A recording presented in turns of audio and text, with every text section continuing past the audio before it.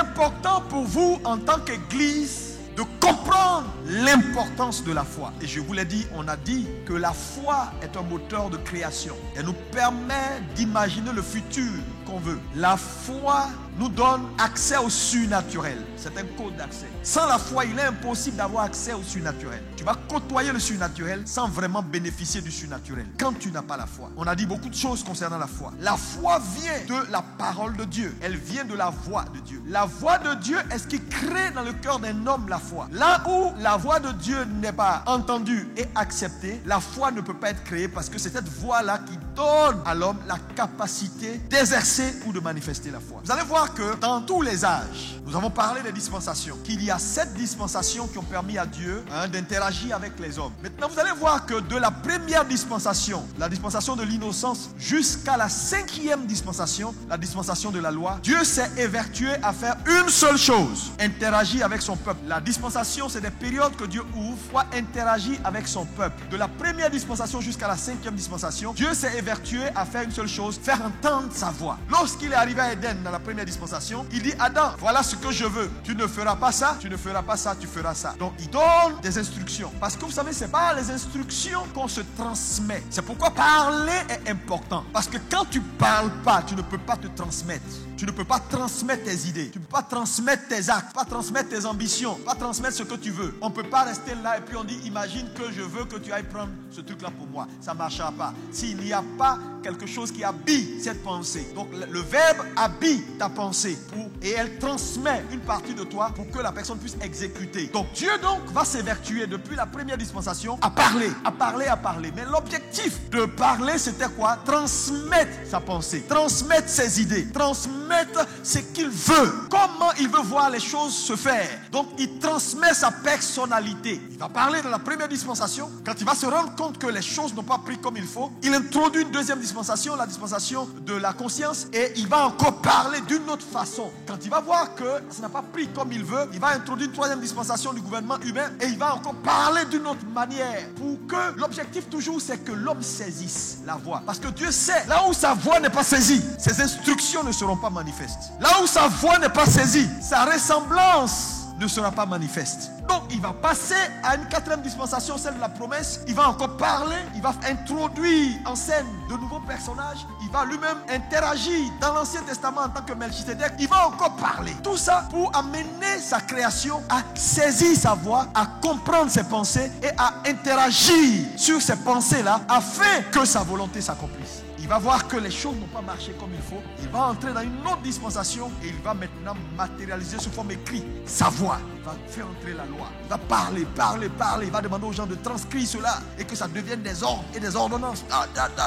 Mais malgré cela, la loi devient pédagogue et Dieu se rend compte que ce n'est pas possible, c'est compliqué. Les gens n'arrivent pas à saisir la voix. Mais ici, le point que je veux que tu saisisses, c'est que l'objectif, c'est qu'un homme qui ne reçoit pas la voix de Dieu, qui ne comprend pas la voix de Dieu, qui ne saisit pas les instructions de Dieu, ne peut pas manifester Dieu. Ça, c'est le premier point. Dieu se rendant compte, à la 6e dispensation, va changer les choses. Il va dire: ok, maintenant, je vais donner une forme à ma voix. Donc Dieu va matérialiser sa voix en donnant une expression à sa voix qu'on appelle Jésus-Christ. Il introduit une personnalité. Mais cette personnalité-là, en réalité, ce n'est pas une personnalité parce que Dieu ne peut pas se départir de sa voix. Sa voix, c'est lui. C'est pourquoi Jésus est Dieu. Parce que Jésus est la somme de la pensée de Dieu. Donc Dieu donne à sa voix une expression physique.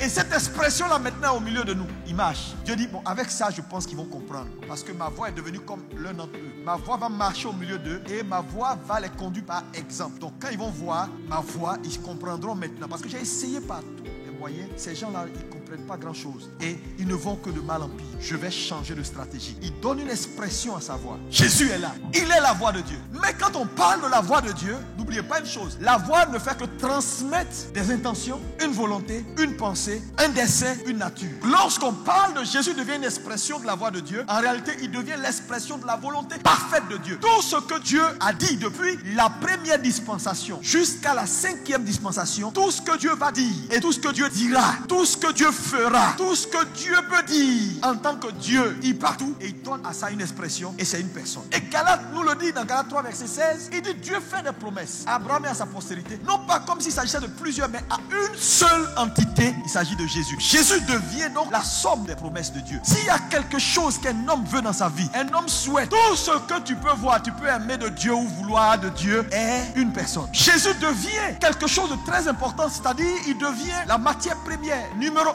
1 de l'église.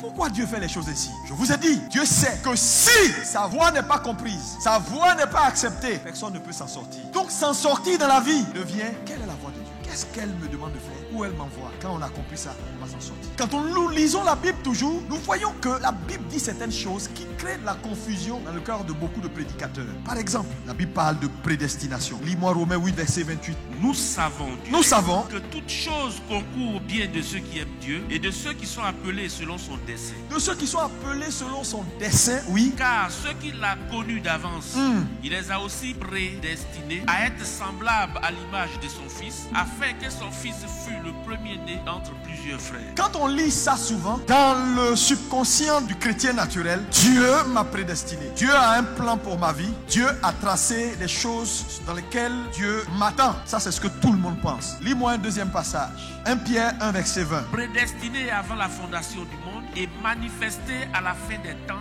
à cause de vous. Donc on parle de prédestiné, nous, prédestiné avant la fondation du monde. Maintenant par exemple, quand on associe Jérémie 29 verset 11, il dit, moi l'Éternel, je connais les projets que j'ai pour vous. J'ai des projets de paix et non de malheur. Ma question maintenant, par rapport à ces deux textes que nous venons de lire, quand on parle de prédestiné, quand on parle de projet, Dieu a des projets, Dieu a un dessein pour vos vies, Dieu a une destinée pour vous. Priez pour que la destinée de Dieu s'accomplisse dans vos vies. De quoi il s'agit? C'est la première question. Est-ce que ça veut dire simplement que Dieu, est-ce que ce plan-là dont Dieu parle, j'ai des plans de paix, des projets de paix, est-ce que c'est ça le plan? Est-ce que le projet pour que ce que Dieu a tracé dans le ciel pour lui soit sur la terre? C'est comme ça la plupart des chrétiens voient les choses. Mais ce n'est pas juste dans l'absolu, dans le sens où le plan dont la Bible parle, le projet dont la Bible parle, en réalité c'est un plan global, c'est une personne, c'est Jésus. Quand vous voyez Dieu parler de j'ai un plan, j'ai un projet, il parle d'une seule personne, Jésus. Jésus est le plan, Jésus est le projet. En fait, il est le plan directeur. C'est un peu comme en Côte d'Ivoire, 2019 arrive. Le ministère du plan et du développement fait quoi? Établit un plan directeur de développement. Et il donne ça au Premier ministre. Voilà pour 2019 le plan directeur. Maintenant, le Premier ministre, sa responsabilité, c'est de naviguer dans ce plan-là sans en sortir.